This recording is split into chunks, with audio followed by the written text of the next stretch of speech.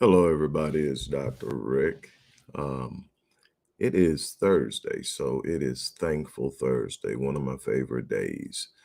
Um, I'm thankful every day. I'm grateful every day, and there is a method and science behind the madness of my gratitude. I'm not just uh, for the simple sake of explanation an optimist. I am a person who is determined to understand and execute gratitude because of the power that it renders. And I want to share as much of that with you as I possibly can. Today is going to be an accountability day.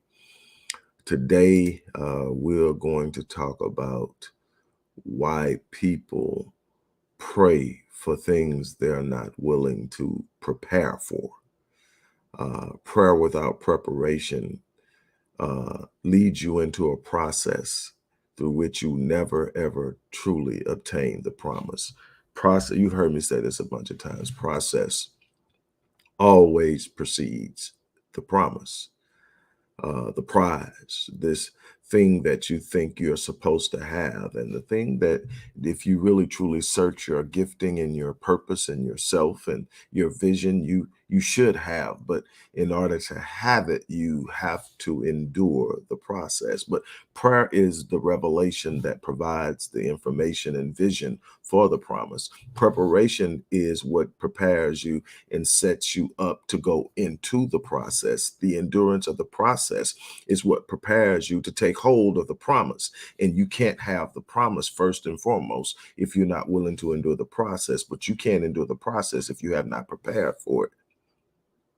You can pray all day long, but if you don't prepare for the process, you are wasting your time. I want to talk about that today. Before I do, I want to remind you today is the last day. I started this yesterday.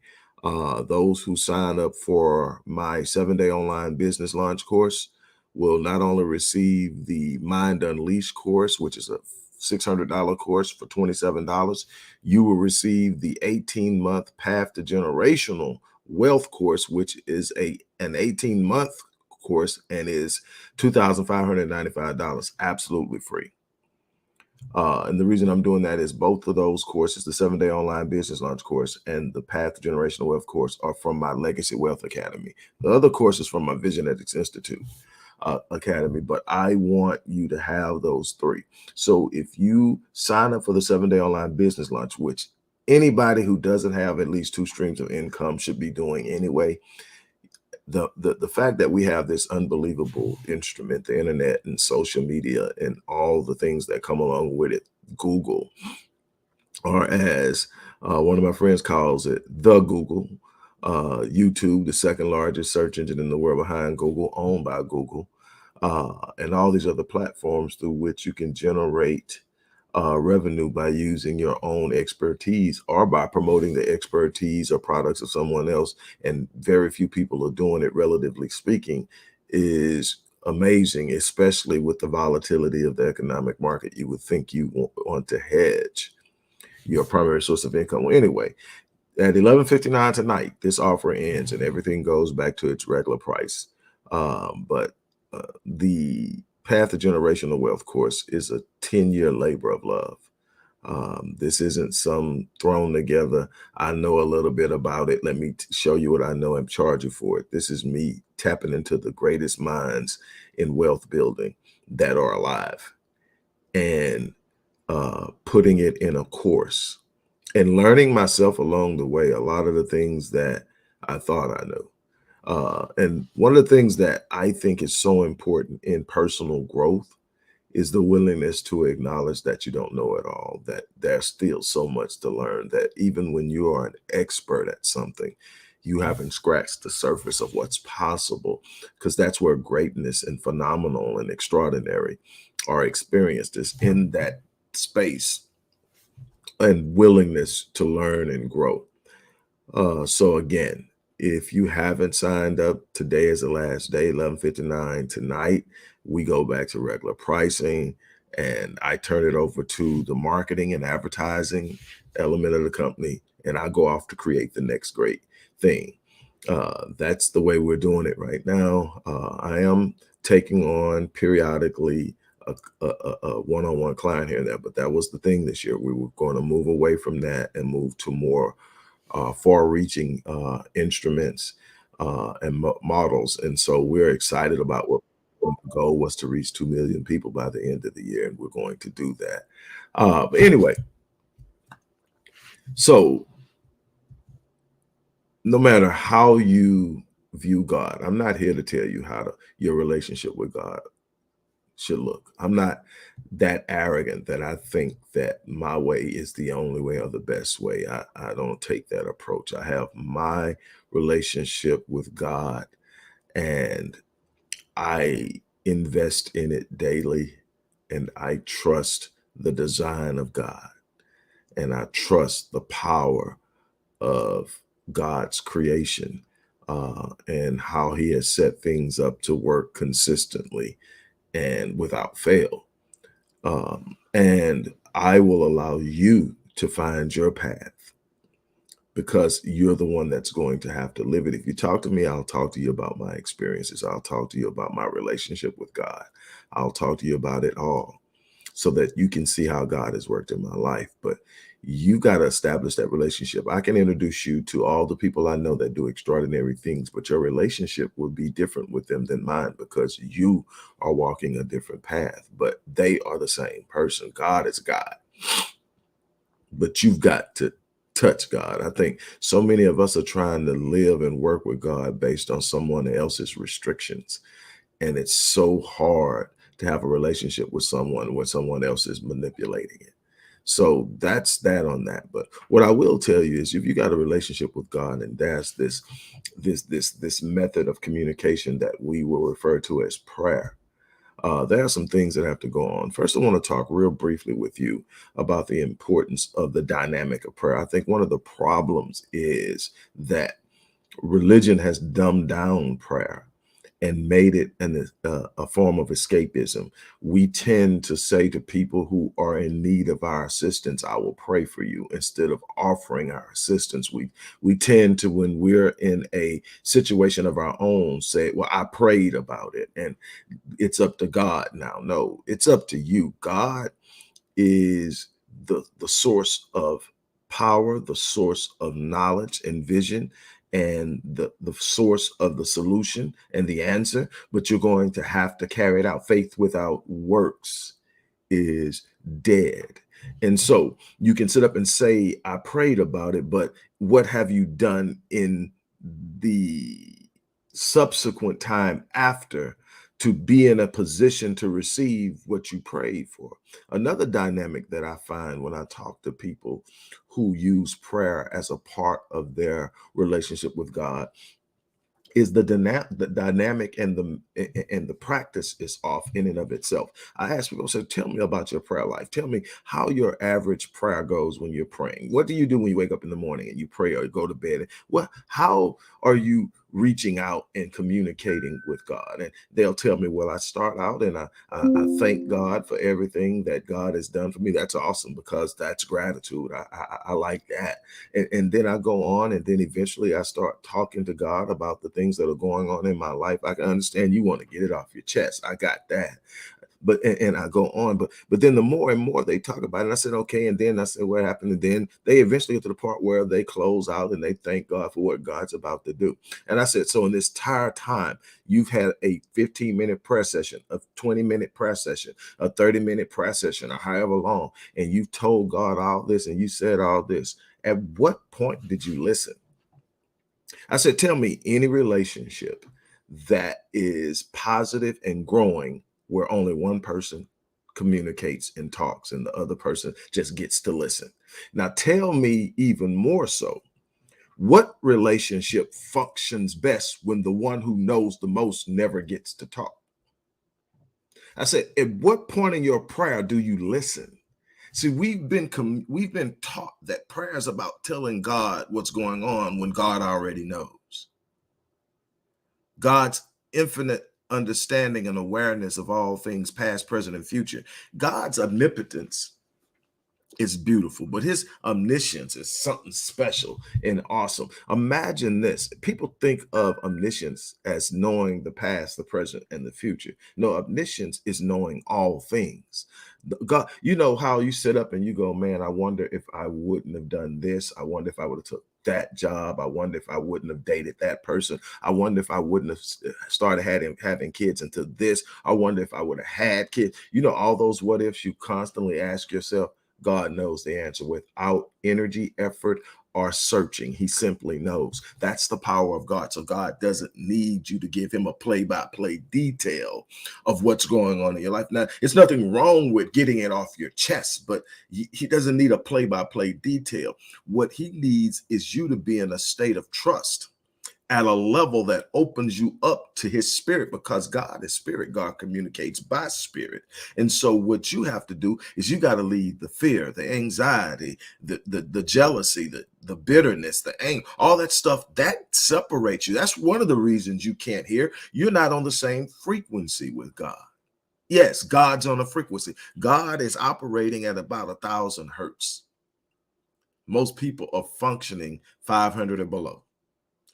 On a good day, functioning at 500s. But like I said, if you can just wake up every morning with guarantee, with gratitude, it's going to put you, that thankfulness, that thing that says, I'm grateful for something. Just say I'm grateful. You don't even have to know for what. When you say thank you, the mind will automatically start looking for the things that you're thankful and grateful for. But that puts you at 500 hertz. That takes you from down there with jealousy, envy, strife, bitterness, anxiety, worry, fear, all the anger, rage, all those things keep you 250 hertz or lower. So you got to get close enough to where God meets you. I say that's revelation is around 750 hertz. That's right past love. Love is not this emotion that everybody's so tied to. I feel. And that's the problem. When you are defining love as a feeling, when the feeling isn't there, you think the love isn't. And people are abandoning something that isn't, because their feelings aren't what they used to be. And the feelings are actually a reflection of the reality. The reality is the benevolent behavior that represents love. Love is represented by me giving to you and being open in my own self by way of trust that I can receive from you the benevolence that you're offering me. It's an exchange of benevolence that is not contingent upon how I feel. But when I want to experience love, then I must be willing to what? Give it. But what does that puts me at about 650 hertz. But there's nothing like the seeking of revelation, the seeking of new knowledge, the searching for the answer. That's why I tell people, whatever you focus on, you feel, whether you're focusing on the problem or the solution. But when you focus on the solution, you're searching for the answer. When you're searching for the answer, you're tapping into the mind and the consciousness of God. And now you're open. So now when you seek God, here's the beautiful thing. Some of my best prayers weren't on my knees. It was in my car.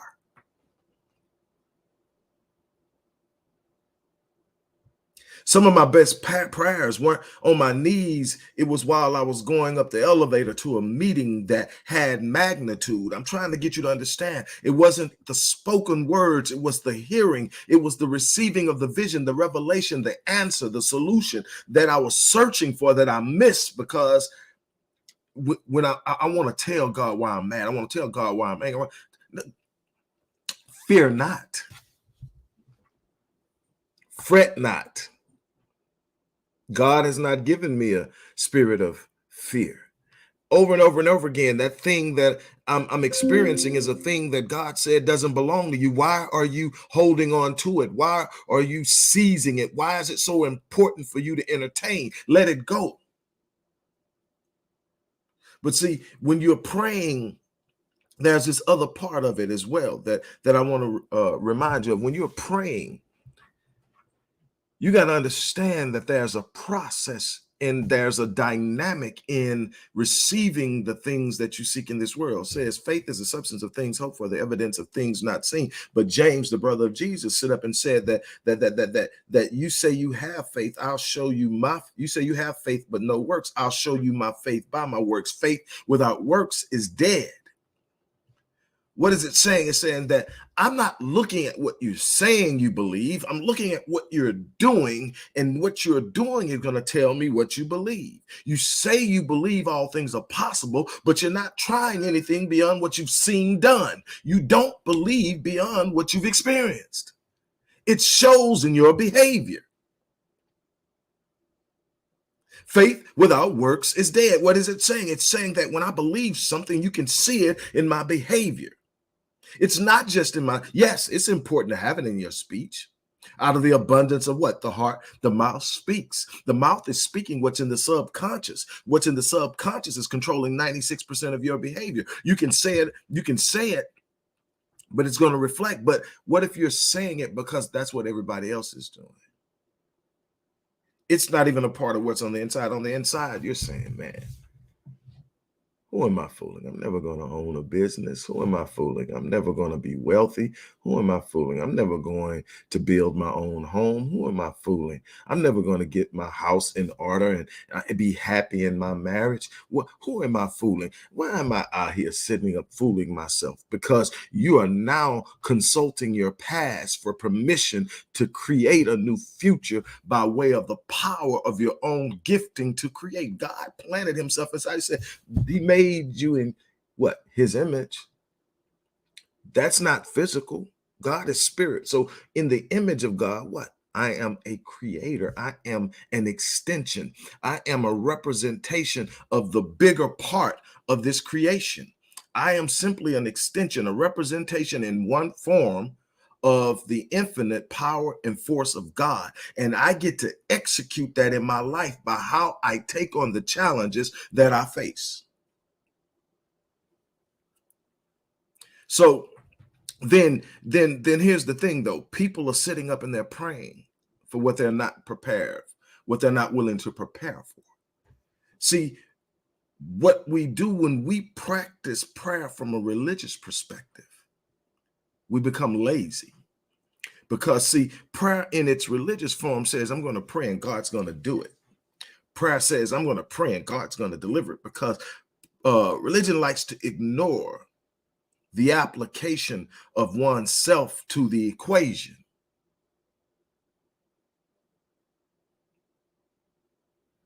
We don't want to be the one. We want to talk about the giant being slayed. We just don't want to be the one to slay the giant.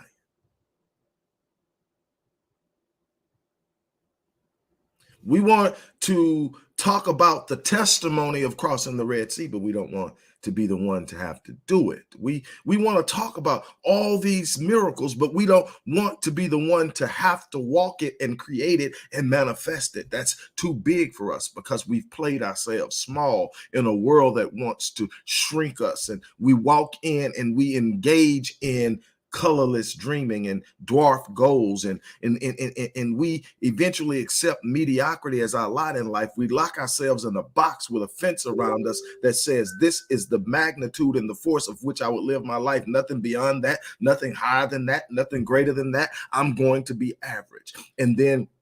But I'm going to see something bigger and pray for it. And if it's God's will, I have it. So then we put the onus on God. If it doesn't come when I think it should, it's not God's will. When it doesn't happen the way I thought it would, it's not God's will. We keep blaming God or the devil, but we never take ownership in the responsibility we have to walk it out.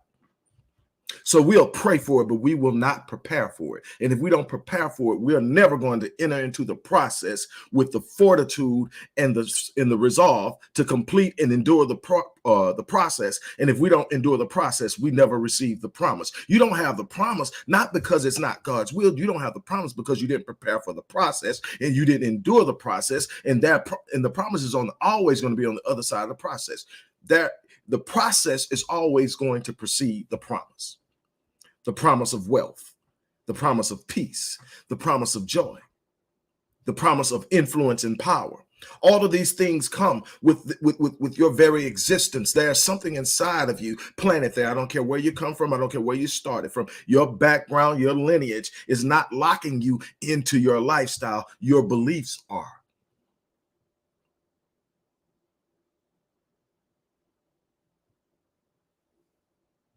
We'll talk about David and the Psalms of David, and we'll talk about all of the accolades of David, and we refuse to acknowledge that David wasn't born into royalty. David was keeping the sheep.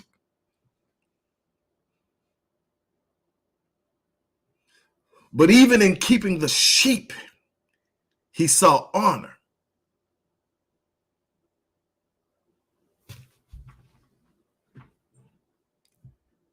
It's not where you come from. It's where in your mind you choose and decide you're going to be. You don't get what you want in this world, you get who you are. And the beauty of it is God designed you to become. I'm here now, but I can become the person capable of being over here in enough time if I prepare for the process. Yes, I need to pray about it because I need revelation. I need answers and solutions because the things that I'm about to explore, the things that I'm about to do, the things and places I'm trying to go, I've never been before. So I don't know how, and I'm not needing to know how to believe that I can. A big part of the problem is that people consult their past asking for permission to change their future. And so what happens is I say, I want to live that life. I don't want to do this anymore. I want to live that life. And then you go back and say, past, how am I going to do it? Past, is it possible? Past, say you never done it before. Your mama never done it before. Your daddy never did it before. Nobody in your family's ever did it before. Somebody has to be the first to graduate high school. Somebody has to be the first to get a college degree. Somebody has to be the first to start a business. Somebody has to be the first to break the chain of trauma. Somebody has to be the first to break the chain and cycle of poverty. Somebody has to be the first.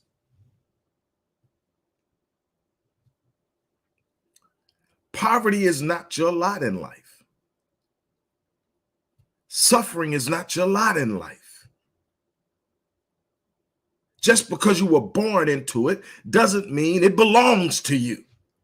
You can shake free of it. You can let it go. You can set it aside. You can decide that I'm not going to live my life in poverty. I'm going to start making choices that will change the outcome. I'm going to start living in a way that changes the outcome. I'm going to start with how I think. I'm going to go with how I speak. I'm going to change the dynamic because I have the power to.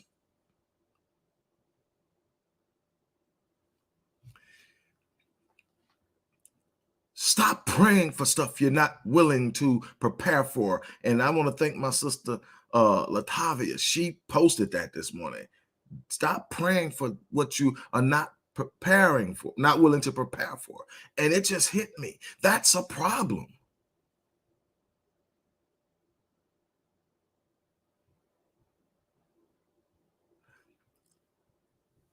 Prayer, preparation, process, and promise in that order. You can't pray and put it down. Now, when you taking your worries and your burdens, yeah, you lay that down. That's not what you focus on is what you feel. You start focusing on your worries, your burdens, your stress, your stripes, and all the things that aren't happening and going wrong, going right in your life, and they become bigger. They become overwhelming. They increase the worry. They increase the strife. What it says, be anxious for nothing but everything in prayer and supplication, make a request known unto God, and the peace of God, which surpasses all understanding, will guard your hearts and minds, what? In Christ Jesus. That's what it tells us. How many of us practice it? Be anxious for nothing. How many of us have made decisions off of anxiousness, anxiety, stress, fear? We have a responsibility to ourselves to rise above the things that are pulling us back. But in that rising above, we have an accountability to our design and to the designer. We weren't designed for mediocrity. This great God of ours doesn't do mediocre. So if we're operating in mediocrity, it's because we've accepted it, not because it's our designation. There's nothing but greatness balling up inside of you, but you have found a way to quelch it. You have believed the lies that you've been told. You have accepted past experiences as being the all out truth. You have totally dismissed the unstoppable, unquenchable power of God, literally coursing through your DNA to accept something because number one is it doesn't come with a whole lot of effort. I can just accept my lot in life and move like everybody else's. And I take the good with the bad and I end this life and I go on and nobody's going to really call me on it because everybody's okay with average. Ah, not everybody. The one who designed you to be phenomenal is not okay with average. The one who designed you to be extraordinary, not okay. The one who designed you to be a reflection of them is not okay with you being average. While everyone around you may be okay with it, the one that you have to answer to isn't. You weren't given the gift to sit on it. You weren't given the gift to put it behind you. You weren't given the gift to mishandle it and manipulate it. You were given the gift to be a representation of the giver of the gift, so that other lives will be blessed, other lives will be empowered, other lives will be inspired. You have a purpose on this earth beyond sitting around and just existing or surviving, and you are wallowing in misery because you refuse to step up and prepare for what you prayed for and endure the process that leads to the promise. And it's easy to blame God. It's not God's will, but God said no good thing will be withheld. Well, then there's a problem. If no good thing will be withheld, why don't you have it? You're not willing to go after it. You're not willing to put the skin in the game. You're not willing to put the foot. James said it. I'm going to show you my faith by my works. Nobody has to look at me and ask me what I believe. You can see it in my work. You can see it in my passion. You can see it in my push. Most importantly, you can see it in my responses to the challenges of life when things don't go my way. I've been accused on more than one occasion of being in denial. Man, I'm looking at what you're going through. What are you smiling about? What are you sitting there smiling about? I'm looking at what you're going. Life is kicking your butt and you're smiling. You're in denial. No, I'm not in denial. What you're doing is you're focusing on my situation. You're focusing on my circumstances. I'm focusing on my destiny. I'm looking beyond the moment because the moment is temporary. I'm going to survive it because I'm built for this. God built me to withstand every challenge that I'll face. There's nothing that I'm going to encounter that I already haven't been prepared for. I believe it. I trust it. I don't care how hard it gets. I don't care how much it hurts. I don't care how far it pushes me back. I'm not going to give up, and I'm not going to allow it to consume my joy. So you see me smiling because I'm already living in the future that I'm creating by withstanding this challenge. You got to learn how to walk it out. Faith is revealed in your responses to catastrophic realities, challenges, disappointments, and obstacles. Anybody can smile when everything is going right. But it takes somebody with some fortitude and trust in their design, in their purpose, in their destiny, in their designer to sit up and say, I'm built for this. I don't even have an answer of how I'm coming out, but I'm coming out.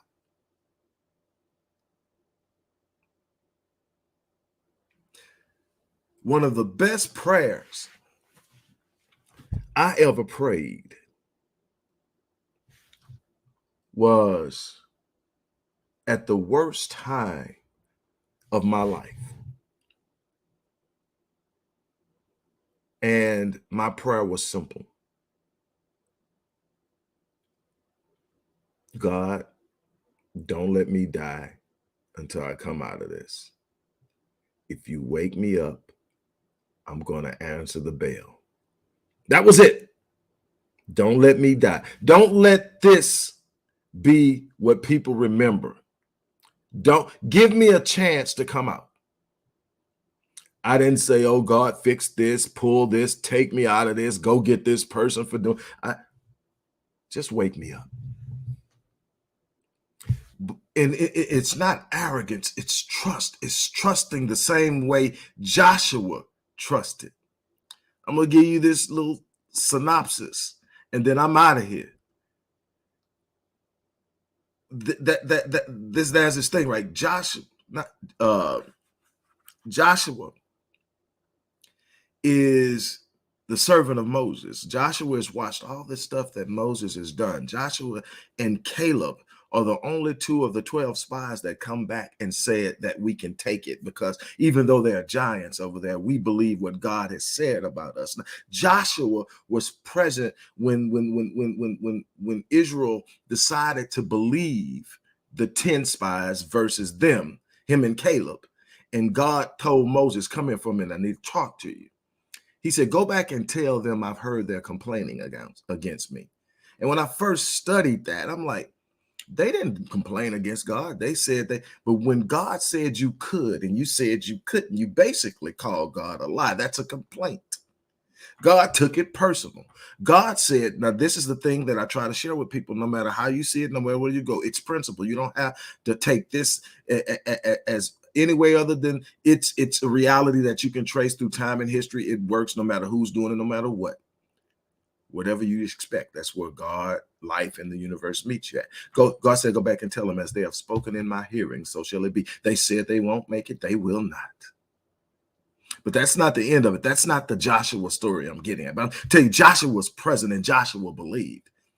It got real when Moses lost it. And because of that, he was exempted from going into the promised land. And God told him, you need to go tell Joshua that he's taking up the mantle. And as I was with you, so shall I be with him. I will never leave him nor forsake him. And Moses went and told Joshua. But when Moses died, God came to Joshua personally.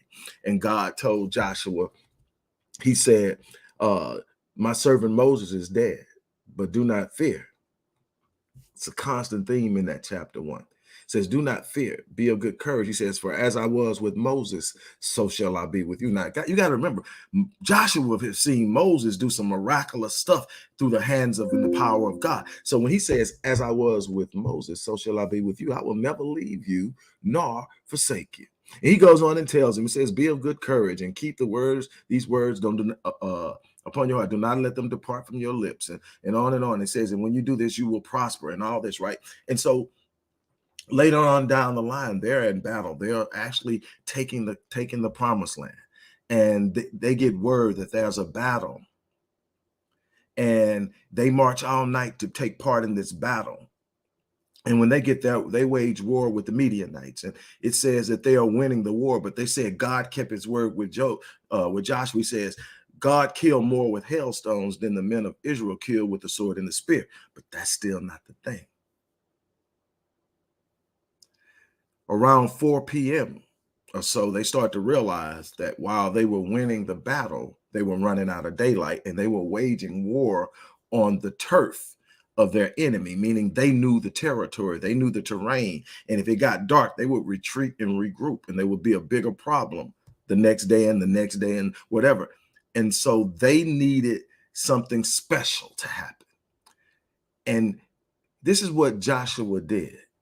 And I want you to pay close attention to this. Joshua stopped and said, son of a Gibeon, stand still. And it say the sun stood still until the battle was won. Now on the surface, that's like, oh man, that's powerful. Oh my God, that's faith. What did Joshua not do that's missed here? He didn't say, God, we need you to stop the sun. He didn't say, God, can you give us a helping hand? He trusted that God's promise to him had empowered him to do supernatural things. And he declared, and he spoke, and he believed, and he acted. He told the sun to stop. Study Elisha, study Elisha, study these things, and then study men that came long after that have done things that can't be explained. And what we do is explain it away because we don't want to acknowledge that there are some things that can be done that we feel we can't do. So we make small of great things because we don't want to have to embrace the idea that I could be doing more. What is it that you are not believing that you should? What is it that you're believing about yourself that create limiting beliefs that have limited you from doing extraordinary things, things that you are actually capable of doing? Those are the questions that you have to ask yourself. I challenge you, pray by all means, but prepare. Prepare for what you're praying for. Prepare for the process, because without enduring the process, you will never, ever achieve the promise. On that note, I'm gonna get ready to get out of here. As I said, today is the last day to take advantage of getting the 7-day online business launch course and getting the 18-month Path to Generational course free. That's a $2,500 course, well, $2,600 course actually, that you'll get absolutely free when you sign up for the 7-day online course. That ends tonight at 11:59. It's all up to you. Your future is in your hands more than you want to admit. Stop blaming God. Stop blaming the devil. Because when people start telling me about the devil, this one thing, I'm sorry. Start people telling me about the devil, the devil, the devil, the devil. For my believers that are part of the Abrahamic faith, that means Islam, that means Judaism, that means Christianity. You can't get me with that one. I'm not saying that there aren't evil forces at work. That's not what I'm saying. I'm saying I'm pretty sure that David wrote. No, I take that back. I'm thinking about Psalms 37, but actually it was Isaiah. It says, "No weapon formed against you will prosper." So, yeah, there are weapons, there are obstacles, there are challenges, there are enemies, but no weapon formed against you will prosper. Do you know there were literally a 5-year period where that one verse walked me through trial after trial after trial, simply understanding it can't win. I see it, but it can't win. It can't prosper. So stop blaming the enemy, because the enemy can form things against you, but you only lose when you quit. Say, though it tarry, it will not linger. Wait, push, believe, fight, but don't quit. As I always say, I live my life on full so that when I leave this place, I die on E. That's my challenge to you. Optimize your potential in this life. On that note, I'm out of here. You guys have an unbelievable remainder of your day.